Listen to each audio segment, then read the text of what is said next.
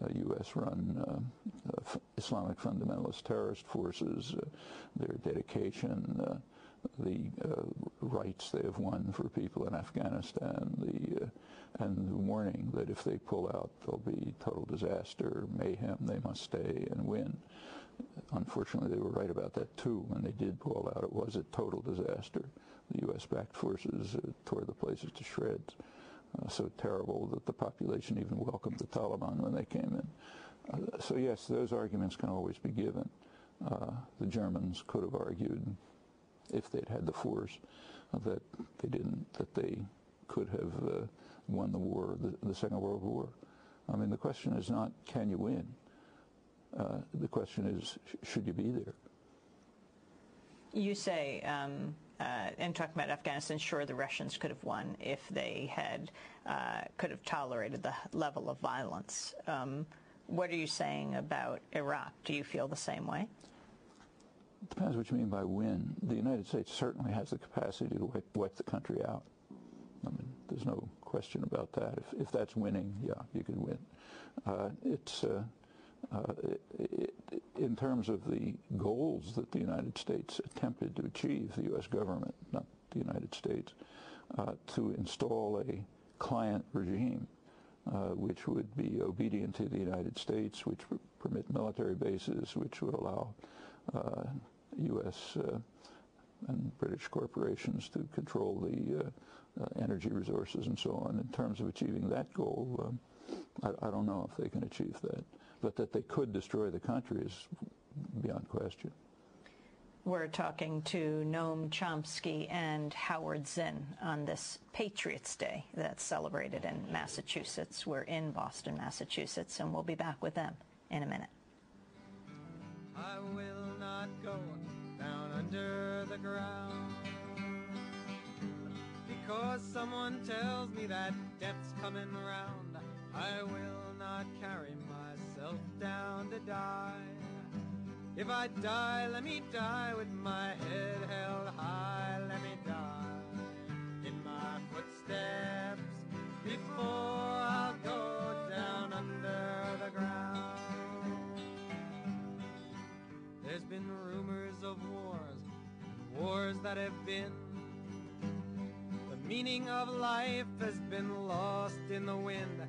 Some people are thinking that the end is close by.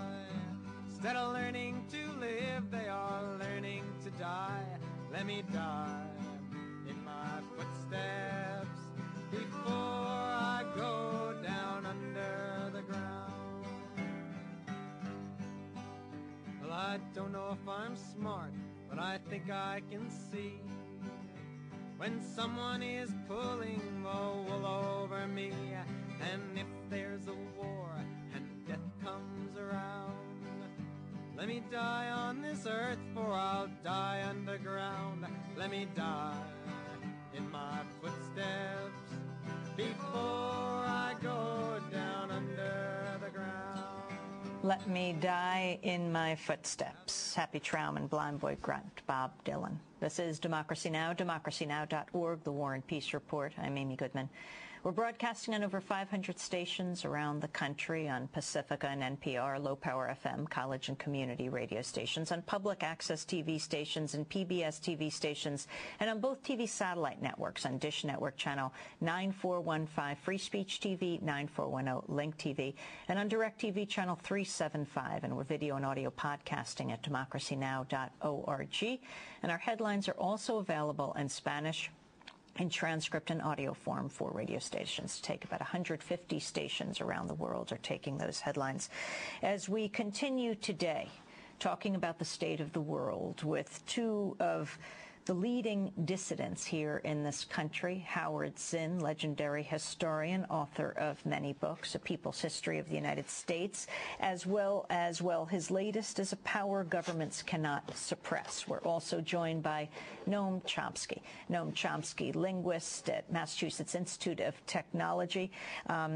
His latest book is Failed States, The Abuse of Power and the Assault on Democracy. Howard, you went to North Vietnam, Can you talk about how the Vietnam War ended and also your experience there, why you went? Well, I went to North Vietnam in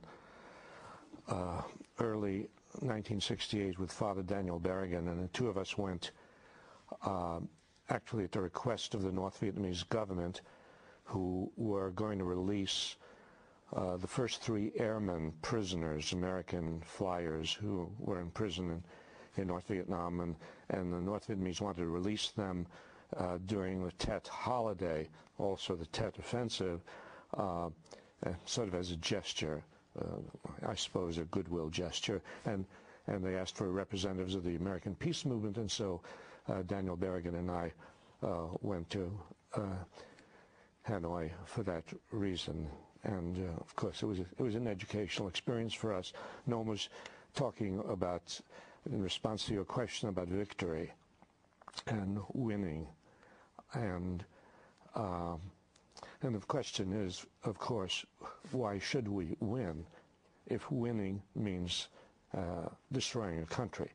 And there are still people who say, oh, we could have won the Vietnam War, as if the question was, you know, can we win or can we lose, instead of what are we doing to these people? And yes, Noam said, yes, we could win in Iraq by destroying all of Iraq. The Russians could have won in Afghanistan by destroying all of Afghanistan. We could have won in Vietnam by dropping nuclear bombs and killing, instead of killing 2 million people in Vietnam, killing 10 million people in Vietnam. And if that would be considered victory, you know, then who would take satisfaction in that? What we saw in Vietnam is, I think, what people are seeing in Iraq, and that is huge numbers of people dying for no reason at all. And what we saw in Vietnam was the American army being sent halfway around the world to a country which was not threatening us, and we were destroying the people in the country. And here in Iraq, we're going the other way, also going halfway around the world to do the same thing to them. And our experience in Iraq contradicted, as I think the experiences of people who are on the ground in Iraq contradicted again and again the statements of American officials, the statements of the high military, statements like, oh, we're only bombing military targets, oh, these are accidents, when so many civilians are killed. And yes, as Cheney said, victory is around the corner. What we saw in Vietnam was horrifying.